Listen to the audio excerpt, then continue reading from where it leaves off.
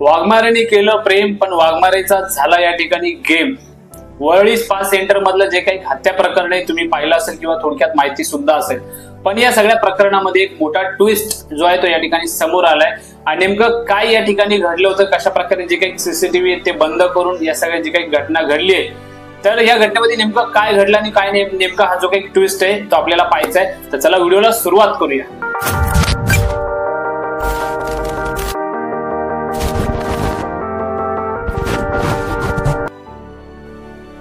Worli spa मध्ये झालेल्या हत्ये प्रकरणामध्ये मोठी अपडेट या ठिकाणी समोर आली आहे। काही दिवसांपूर्वी वरळीच्या एका स्पा मध्ये गुरु वाघमारे उर्फ सिद्धप्पा वाघमारे याची या ठिकाणी हत्या करण्यात आली होती आणि एकंदरीत जो काही तपास आहे ते या ठिकाणी सुरू आहे।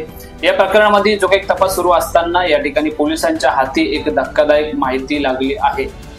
जेव्हा गुरु वाघमारे याच्यावर जो काही हल्ला झाला तेव्हा त्याची प्रियसी सुद्धा या ठिकाणी त्यांच्यासोबत होती।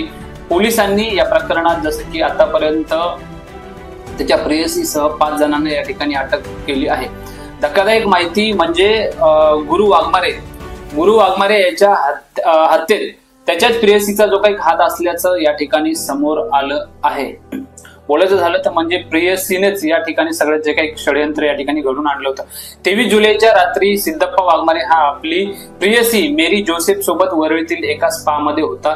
याच वेळी त्याच्यावर हल्ला करण्यात आला आणि या हल्ल्यामध्ये त्याचा मृत्यू झाला। आता त्याच्या हल्ल्यामध्ये त्याची प्रेयसी मेरी जोसेफचा या ठिकाणी हात असल्याचं समोर आलं आहे।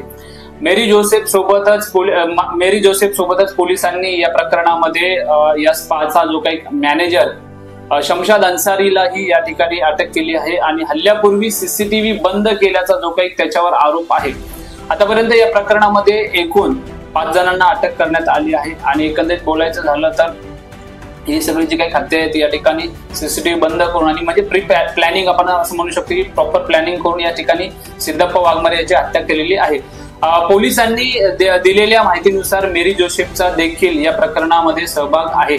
23 जुलै रोजी जेव्हा आरोपी मोहम्मद फिरोज अन्सारी आणि शाकिब अन्सारी यांनी स्पा मध्ये घुसून वाघमारे याची जी काही हत्या केली तेव्हा त्यांना गुरु वाघमारे यांची जी काही प्रेयसी आहे मेरी जोसेफ हिने देखील या ठिकाणी मदत केली। आणि एवढंच नाही तर या संपूर्ण प्रकरणाचा जो काही मास्टर माइंड असलेला स्पाचा मालक संतोष शेरेकर याला देखील तिनेच या ठिकाणी सकाळी फोन करून काम झाल्याचं सांगितलं। या स्पाचा जसं की आपण म्हणू शकतो या स्पाचा मॅनेजर असलेला शमशाद अन्सारी उर्फ सूरज हा वाघमारेच्या हत्येच्या पूर्वी काही वेळ आधीच आपल्या 2 जे काही स्टाफ सोबत स्पाच्या बाहेर पडला होता। मात्र जाताना त्यांनी जे काही सीसीटीव्ही वगैरे बंद करून केल्याचं जे काही पोलिसांच्या तपासात समोर आलं आहे।